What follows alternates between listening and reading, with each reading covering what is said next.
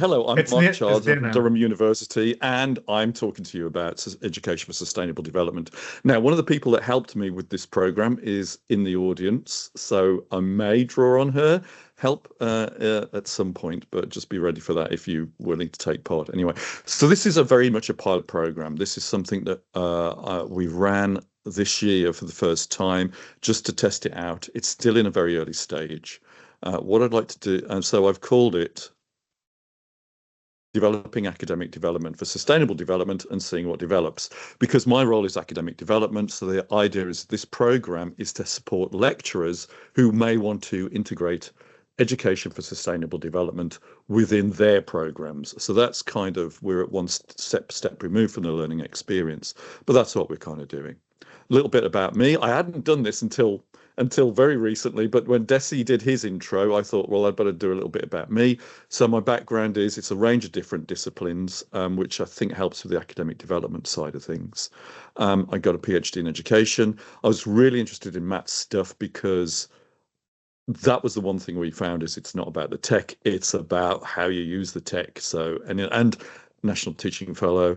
And then these are some of the other things that I've been doing, which I'm also keen to talk about, not here, but if you want me to talk about podcasting, DJing, my book on learning theories, all that sort of stuff, and some background in VR. So that's me, that's where I'm coming from. The aim of this presentation, though, is just to support what we've done so far with education for sustainable development. I developed one model which wasn't very successful, so this is what we learned from doing that and what we're going to try and do next time. But then also, this is still in the preliminary stages, and this is why I wanted to bring it to you, is because what I wanted to do was get your feedback and your ideas to see what else I can do when I'm offering this to academics to support their integration. I also like to thank these people who've helped me with this. There's the people that helped me create the initial program, and then there's the feedback that's gone into this thing. But anyway, we'll move on. So this is the context. Education for sustainable development. We all know that it's expanding. We're building. There's some developments at Durham. The integration of this with the curriculum at Durham is expanding. There's a group that's looking at sustainable development goals and using this. So we're also going through a normal process of curriculum revision, which I'm part of because I'm a senior learning designer. And then also we now have a new unit within our unit at DCAD, which is about a testing ground for things. But then also, as I've just said, that's my background. None of it overlaps with education for sustainable development. I just hit my 60s and I thought, you know what, I want to do something different now as well. I'm not dropping all the other stuff, but wouldn't it be great to do something I'm completely fresh to? And so I knew nothing about education for sustainable development. I wanted to dig into this, find out some stuff that I didn't know before, and develop another string to my bow. Now, for this, I've presented this in kind of an action research cycle process, which we did, testing it, which is all about planning, doing it, implementing, observing, and reflecting. So these are the stages that I'm going to talk through. Okay, so initially started off with reviewing what the literature is out there. There's a lot on education for sustainable development. But what I found was that it's focused on issues around, as you could guess, climate change, sea level rises, environmental protection, pollution, those sorts of things. And a lot of the materials I looked at, in fact, nearly all of them were based around a series of competencies that were developed by Vik et al. Back in the early 2010s. And it's that list. And if you've looked around this, these are the competencies that you're probably familiar with. Systems thinking, anticipatory, all those sorts of things, integrated problem solving. So they were good background. However, if you look at the UN Sustainable Development Goals, and I know that I found out through the process of reflection that these are quite contested, not by the conspiracy theory weirdos, but that there are some conspiracy theory people that object to this, but more from a critical theory point of view, that there's power structures implicit in these and that these need to be deconstructed. So that wasn't something I came across, something I will need to do. But anyway, if you look at these, you can see that things like there's affordable and clean energy, there's clean water and sanitation, there's life below water, climate action. Those are all about the environment. But there are other things in here: reduced inequalities, peace, justice, and strong institutions, responsible consumption, quality education, gender equality. So these are things that aren't necessarily part of what we think of as the Sustainable Development Agenda. So that's not all just around climate.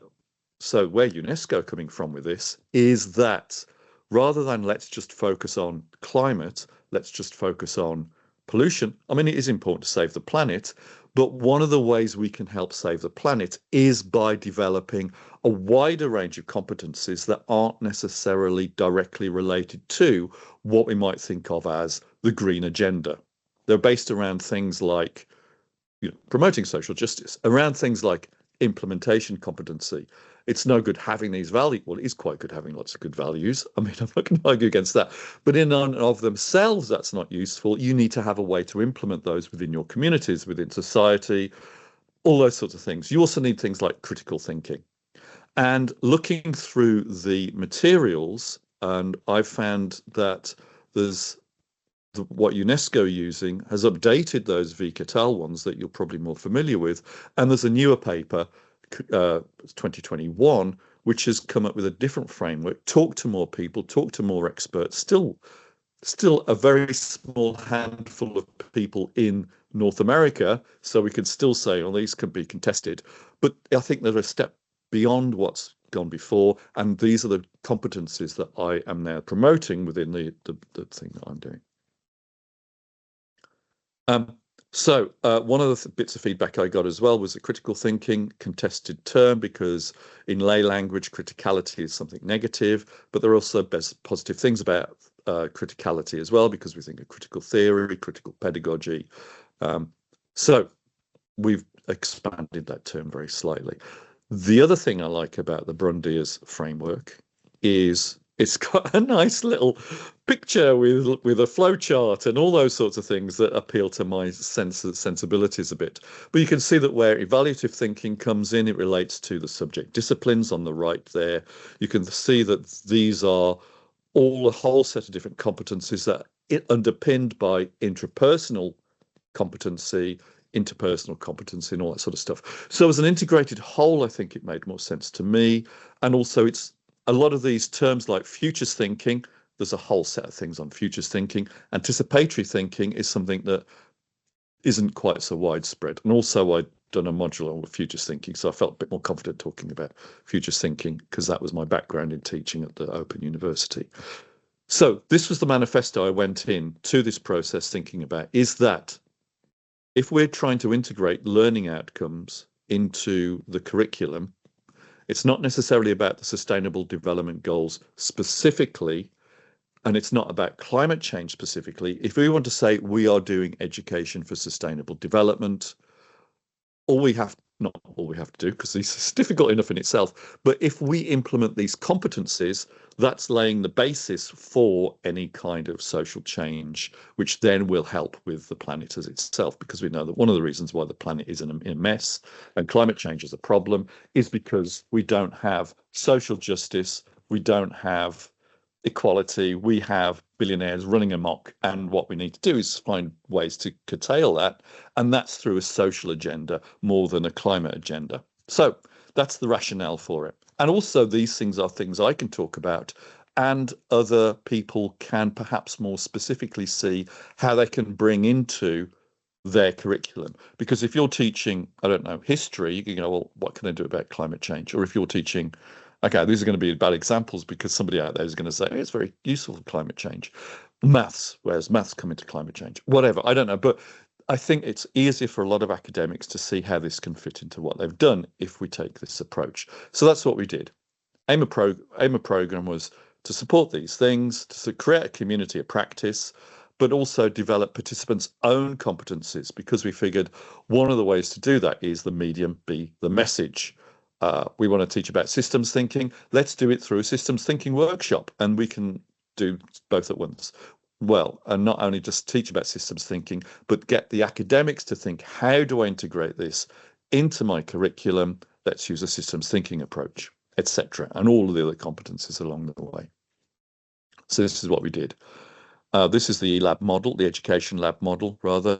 Explore. So we did we would get people in to explore the ideas, then go off and experiment, and then come back and evaluate. And this was the process. We'd do a workshop, which was on the first day. We'd then have drop-ins. They would go off and implement the changes, and then we'd have a workshop at the end.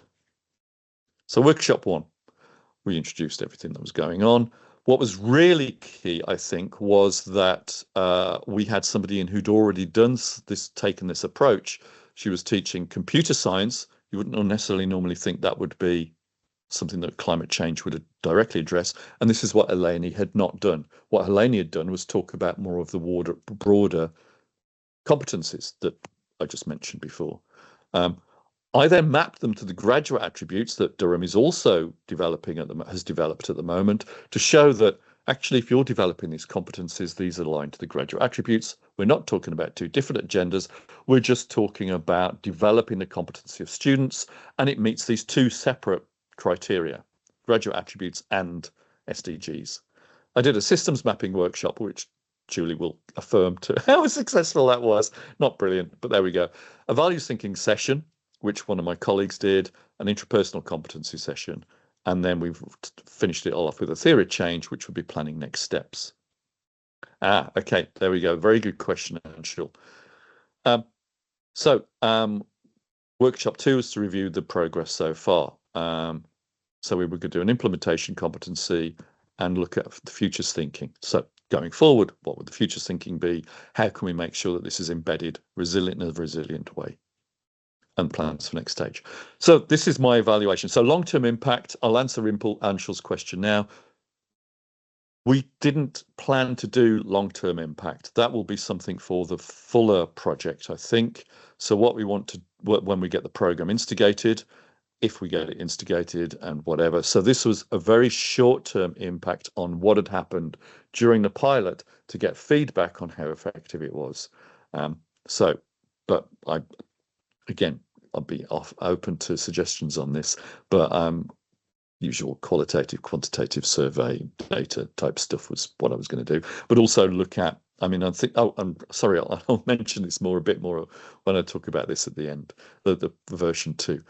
Observing and also I've tied in reflecting on this so that I can tie the 2 together. So in the morning, the approach, bringing in the feedback I got was this approach about the competencies. People were in favour of that as an approach. I think they felt climate change, they couldn't always connect to that, but talking broadly about people's competencies would be an approach that they could see everybody being more able to take on board. So that was a thumbs up. Work example, Eleni was brilliant. Everybody was on board because they could see an example. Now, UNESCO in some of their documentation gives some examples, but I don't think they're quite generic enough in a lot of ways, but seeing somebody, one of their colleagues, having done this already once, brilliant selling point. Graduate attributes also went down well. Systems mapping was okay. I think I could see how the process could be useful, but it definitely needed to be more scaffolded, more explanations about how to go about systems thinking. Thing was, I'd done lots of research around systems thinking. Well, I hadn't done any research around how do you explain systems thinking to entirely different things. It's quite a complex process unless you've got your head around it. So I've been working on some worked examples. I know Sarah Wilson-Medhurst, brilliant scholar down at Oxford, who is, if you're interested in systems mapping, I'd suggest you contact her because she's coming up with a scaffolding process, which will, I think, structure it a lot more effectively.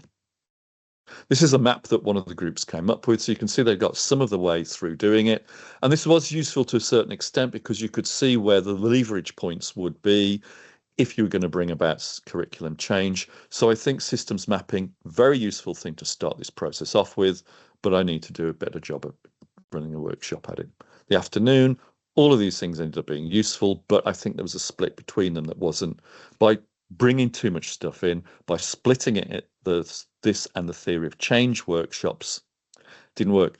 The idea, one of the brilliant things that Sarah, my colleague at Oxford, has found out is that has read about is systems mapping, theory of change. Bring those two things together. It's a very powerful tool. Talk to me about that if you want to know more about that. But what we should have done was done that as one single workshop. Okay, for 2 day, one full day, way too much for people. Yeah, no, that's a very good question as well. Okay, so work dropping sessions didn't work. Implementation, second one, we had a big drop off between the first and the second. So again, we didn't do too well with the second one. There was a system scenario exploration system, which if you're planning for systems futures thinking, I'd really strongly recommend that. Which we didn't do because I did produce. This is what it looks like, which is really interesting. Try it. I'd recommend it. But we couldn't do it because I switched to doing it asynchronously, which was beneficial. People got the materials. We couldn't get everybody together to do it. So this is a now revised plan. Workshop 1, break it down. These are the key tips. Oh, hang on. I want to do this in a different way. So these are the revised plan. It's bespoke workshops, all 60 to 90 minutes, nothing more than that. We would mix and match from lots of pre-existing workshops and allow people to do that. So you don't have to do the whole program. You just pick the ones that you want to do. We'll do a team site rather than drop-in sessions. Draw on an existing provision wherever possible. So I'm not writing all this stuff from scratch. And make them all available asynchronously. I love the idea of having asynchronous stuff available as an option, but I do also like the idea of synchronous sessions. And this is what the program I've got planned now, but again, it's very early stages. Workshop 1, I love the way that I think that the approach works. Strongly recommend it. The example of learning objective of implementing the learning objectives works, and also the link to other stuff like graduate attributes. Systems mapping, theory of change. I think I've got that nailed now. Really keen to try that out with anyone who's interested in doing systems mapping, theory of change workshop. You know, I can use these as my guinea pigs rather than my colleagues. No, kidding. And then also drawing on existing CPD workshops so people can pick and choose basically as they're going through. But then we finish this year-long program, or 2 years if you want to take longer, with a futures thinking workshop, which I'm really keen on doing.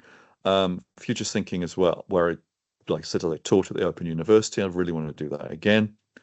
And then a final workshop on implementation competency. And then that would then take people away to do the first steps. And this is all the explore stage.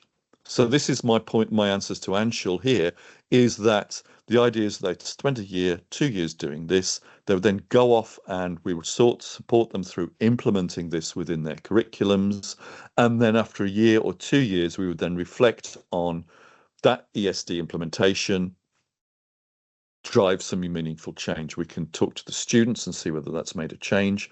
We can see ideally that there's meaningful change immediately from the learning objectives being changed, because I think that's where we would start, was integrating learning objectives at the point at which a module is being either developed or revised, so that they are in there as objectives, and then everything else will emerge from that if following the normal learning design process. And that's the hope there, that would be what would happen. But then we can evaluate that after a few years to see if that's happened. I think a lot of the meaningful change as well will be around building that community of practice, because one of the things I think the most successful thing for me that came out of this was these competencies, this idea of social justice, this idea of, saving the planet, but also gender equality, ending poverty, creativity, interpersonal competencies. They drew together a lot of my colleagues who are in that sphere, in the sphere of thinking about creativity and those sorts of critical pedagogy and critical theory.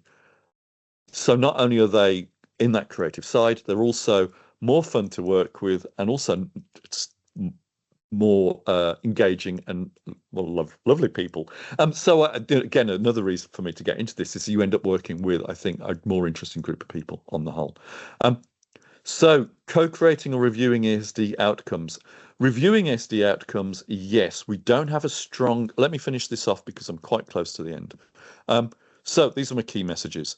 I would strongly recommend you the 2.0 competencies. Look at that Brundia's paper. It's not very well. There's some flaws in it because the text and the framework and the conclusions don't always align. I think they got the impression they're making up as they were going along, but I think they've taken it farther forward than the initial set of competencies that you might be more familiar with. It's not just about the environment. Think about it in terms of competencies, which will indirectly bring around all of the good things that we like, but at that level of competencies rather than how do we bring in the green agenda, I think you'll engage more people and people can see how it aligns to other agendas within the universities. And then a mix and match approach for academic development, I think, is going to work way better. And don't think Toblerone is a series of chunks that you have to take off a bite at a time, but like a box of Quality Street. Sorry, I'm obsessed with this because I was pre-diabetic, so I haven't had chocolate in 18 months. So all my analogies are cake or chocolates.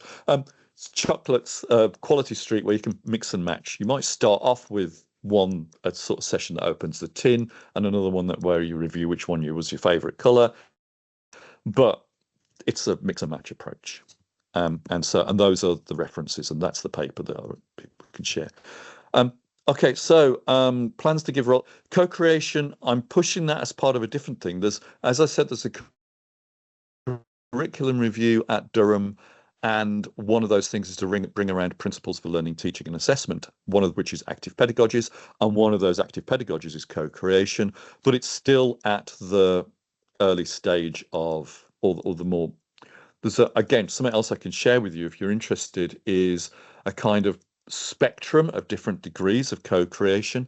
And I think we do have co-creation at the less co-creative end, which is things like students get to choose which parts of the curriculum they do, which is co-creation, or students get to develop their own assessments to some extent, which is also co-creation. So maybe not actually developing the content, but going off and creating for themselves, having gaps where they can go off and create for themselves bits of learning. So they might have to do a project which is on their own particular take or of this. And we're very likely to have co-creation at that end of the spectrum, but I don't think at the end of let's all sit down and decide what's going into the curriculum for the entire module between us, because I don't think necessarily we haven't got that integrated into our review and module creation processes at the moment.